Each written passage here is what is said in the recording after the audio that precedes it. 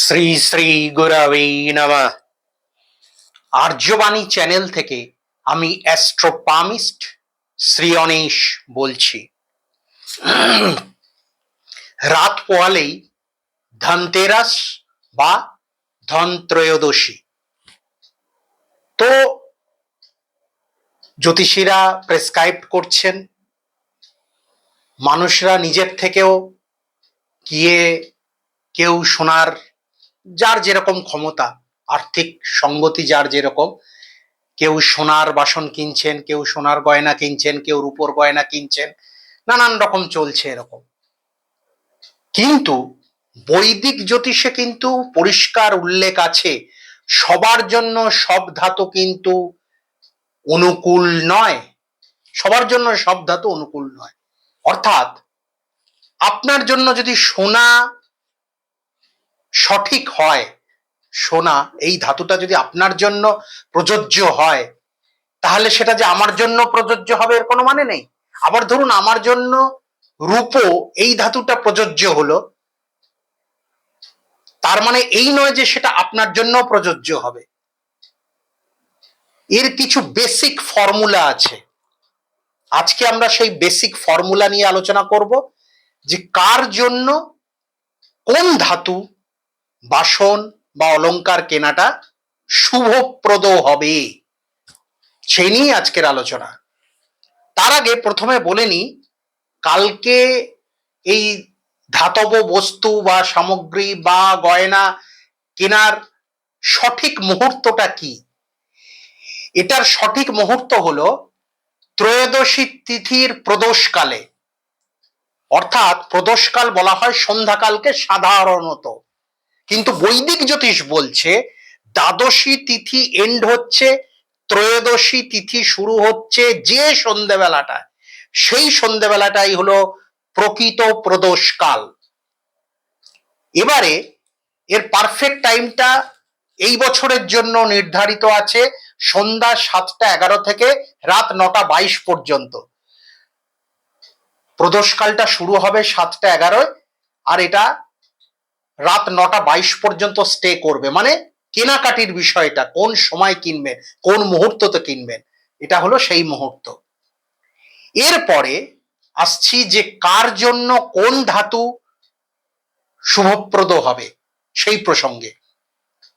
তো দেখুন, এটা কি করে বুঝবেন আপনি, যদি আপনার হরোস্কোপ বানানো থাকে এবং কোনো অভিজ্ঞ জ্যোতিষী বানিয়ে থাকেন, তাহলে দেখুন আপনার হরোস্কোপটা খুলে আপনি নিজে দেখুন আপনার আত্মাকারক গ্রহ কি। আত্মাকারক গ্রহ কাকে বলে? যে আপনার জন্মছকে যে গ্রহ সব থেকে বেশি ডিগ্রি নিয়ে অবস্থান করছে, সেই গ্রহ আপনার জন্য আত্মকারক। আবার আমার জন্য যে গ্রহ বেশি ডিগ্রি নিয়ে অবস্থান করবে আমার জন্মছকে, আমার জন্য সেটা আত্মকারক গ্রহ। এটা পার্সন টু পার্সন কিন্তু ভ্যারি করবে।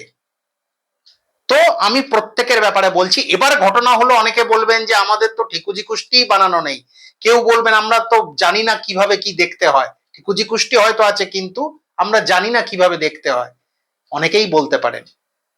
তো যদি একান্ত ভাবে আত্মকারক গ্রহ জানতে না পারেন, এই আত্মকারক গ্রহটা হলো কিন্তু প্রাথমিক এবং সর্বাধিক গুরুত্বপূর্ণ। যদি আত্মকারক গ্রহ কারোর জানা থাকে বা খুঁজে নিতে পারেন, সেটাই হলো সব থেকে উৎকৃষ্টতম বিচার হবে। যদি একান্তভাবে আত্মকারক গ্রহ আপনার না থেকে থাকে বা না জানতে পারেন, না বুঝতে পারেন, সেক্ষেত্রে আপনার জন্ম তারিখটা, ইংরেজি মাসের জন্ম তারিখটা, কারণ তখন আমাকে নিউমারোলজির সাহায্য নিতে হবে, সংখ্যা তত্ত্বের সাহায্য নিতে হবে।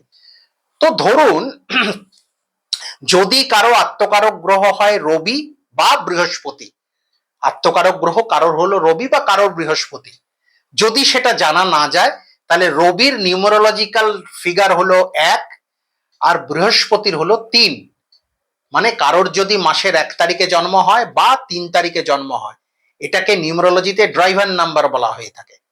তো যাই হোক, যদি তার আত্মকারক গ্রহ হয় রবি বা বৃহস্পতি, কিংবা যদি সেটা জানা না থাকে, জানা না যায়, সেক্ষেত্রে 1 বা 3 তারিখে জন্ম হলে সেই জাতক বা জাতিকার সোনা বা পিতল ক্ষমতা অনুযায়ী, যদি আপনার ক্ষমতা থাকলে সোনা, যদি ক্ষমতা না থাকে তাহলে পিতলের বাসনপত্র এগুলো আপনি কিনতে পারেন, আপনার জন্য শুভপ্রদ হবে সেটা। 2, যাদের আত্মকারক গ্রহ চন্দ্র বা শুক্র, যাদের আত্মকারক গ্রহ চন্দ্র বা শুক্র, কিংবা যদি আত্মকারক গ্রহ জানতে না পারা যায় সেক্ষেত্রে তার জন্ম তারিখ যদি ইংরেজি মাসে 2 বা 6 তারিখে হয়, যদি 2 বা 6 তারিখে হয় তার জন্ম তারিখ, সেক্ষেত্রে তার জন্য রূপোর বাসন বা রূপোর সামগ্রী তার কেনাটা শুভপ্রদ হবে। যদি কারোর আত্মকারক গ্রহ হয় রাহু সাপোজ, কিংবা অনেকে আবার রাহুকে আত্মকারক গ্রহ মানতে চান না, রাহু কেতুকে আত্মকারক অমাত্মকারক গ্রহ মানতে চান না অনেক জ্যোতিষী, সেক্ষেত্রে যদি আপনার কোনো ইংরেজি মাসের 4 তারিখে জন্ম হয় তাহলে আপনি রাহুর জাতক। তো যদি আপনার ইংরেজি মাসের 4 তারিখে জন্ম হয় সেক্ষেত্রে আপনার জন্য সুইটেবল আইটেম হবে ইলেকট্রনিক্স গ্যাজেট, যে কোনো ইলেকট্রনিক্স গ্যাজেট 4 তারিখে জন্মগ্রহণকারী মানুষদের জন্য একদম পারফেক্ট, পিচ পারফেক্ট যাকে বলে, তার জন্য কিন্তু ইলেকট্রনিক্স গ্যাজেট, যেহেতু রাহুর জাতক বা জাতিকা তিনি। এবার আসছে বুধ, যাদের আত্মকারক গ্রহ বুধ, বা যদি জানতে না পারা যায় সেক্ষেত্রে যদি তার জন্ম তারিখ ইংরেজি মাসের 5 তারিখে হয় সেক্ষেত্রে একটু হিসেবটাকে ঘুরিয়ে ধরতে হবে যে বুধের মিত্র গ্রহ কারা। বুধের মিত্র গ্রহ হলো রবি এবং শুক্র, সেক্ষেত্রে পিতল বা রূপো 2 ধরনের ধাতুই আপনার জন্য পারফেক্ট হবে। যারা বুধের জাতক বা 5 তারিখে যাদের জন্ম ইংরেজি মাসে তাদের জন্য পিতল বা রূপোর ধাতু তাদের জন্য পারফেক্ট হবে। যাদের আত্মকারক গ্রহ কেতু, যদিও অনেক জ্যোতিষী মানেন না, রাহুর মতোই আগেই বললাম কেতুকে আত্মকারক মানতে চান না, সেক্ষেত্রে যদি ইংরেজি মাসের 7 তারিখে জন্ম হয়, ইংরেজি মাসের 7 তারিখে জন্ম হয় তাহলে সেক্ষেত্রে বৃহস্পতি কেতুর বন্ধু বা মিত্র, সেক্ষেত্রে সোনা বা পিতলের ধাতব বস্তু আপনি কিনতে পারেন। ঠিক আছে, যদি ধরুন আপনার আত্মকারক গ্রহ শনি, কিংবা আপনি আত্মকারক গ্রহ বুঝতে পারছেন না, আপনি সেই মাসের কোনো মাসের, আপনি সেই মাসের মানে কোনো মাসের ইংরেজি মাসের 8 তারিখে আপনার জন্ম, সেক্ষেত্রে আপনার বৃহস্পতি শনি, শনি মনে করে বৃহস্পতি তার বন্ধু বা মিত্র, সেক্ষেত্রেও আপনি সোনা বা পিতলের ধাতব বস্তু বা সামগ্রী বা গয়না যাই আপনি মনে করুন কিনলেও মানে কিনতে পারেন, সেটা আপনার জন্য শুভপ্রদ হবে। যদি আপনার আত্মকারক গ্রহ মঙ্গল হয়, কিংবা যদি কোনো ইংরেজি মাসের 9 তারিখে আপনার জন্ম তারিখ হয়ে থাকে সেক্ষেত্রে আপনি অবশ্যই পিতলের বস্তু, মানে পিতল যে ধাতু সেই ধাতুর কোনো বস্তু আপনি কিনতে পারেন। এবার এগুলো কিনে কোথায় রাখবেন? আপনার বাড়িতে যে লকার আছে সেই লকারের মধ্যে এটাকে কালকের দিন পুজো করে প্রণাম করে মা লক্ষ্মীর উদ্দেশ্যে, মা লক্ষ্মীর কাছে প্রণাম নিবেদন করে এগুলোকে আপনি আপনার বাড়ির লকারে রেখে দেবেন এবং রোজ একবার করে ধূপধুনো দেখাবেন সেখানে, তবেই কিন্তু কাজটা হবে। আচ্ছা, এখানে একটা কথা বলার আছে বিশেষভাবে, এই যে এখানে বললাম মাসের 4 তারিখ বা 5 তারিখ বা 7 তারিখ বা 8 তারিখ বা 9 তারিখ, শুধু সেটা নয়, 4 তারিখ মানে সেটা 13 তারিখও হতে পারে তার জন্ম, 3-1-4 সংখ্যাতত্ত্ব অনুযায়ী, 22 তারিখেও হতে পারে তার জন্ম, কেননা 2-2-4, ঠিক আছে, এইরকম ভাবে 31 তারিখেও তার জন্ম হতে পারে, তাহলেও 3-1-4। তো এইভাবে 4 তারিখ মানে কিন্তু 4 তারিখই নয়, 4 তারিখ মানে সেটা 4 হতে পারে, 13 হতে পারে, 22 হতে পারে, 31 হতে পারে। তো এইরকম ভাবে 4, 5, 7, 8, 9 এইভাবে কিন্তু ক্যালকুলেট করতে হবে। ঠিক আছে, এ নয় যে 5 মানে 5 তারিখই। 5 মানে কি কি হতে পারে? আপনার 14 তারিখ হতে পারে, 5 তারিখ হতে পারে, 14 তারিখ হতে পারে, 23 তারিখ হতে পারে।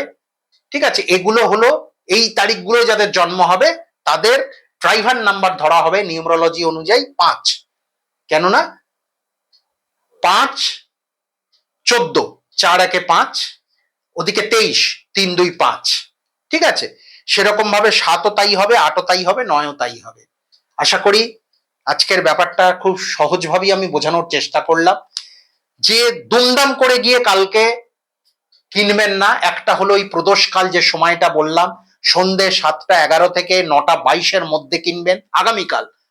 আগামীকালই কিন্তু প্রদোষ কাল হবে সন্ধেবেলায়। এবং কার জন্য, কোন জাতক বা জাতিকার জন্য কোন ধাতু অ্যাপ্রোপ্রিয়েট হবে, শুভপ্রদ হবে, তার লিস্ট আমি লিখেও দিলাম এখানে এবং মুখেও বলে দিলাম। আশা করি সবাই বুঝতে পেরেছেন। সবার ধনতেরাস এবং দীপাবলি, কালী পুজো সবার খুব খুব খুব ভালো কাটুক। সবাই খুব খুব ভালো সময় কাটান। গুরু কৃপাহি কেবলম।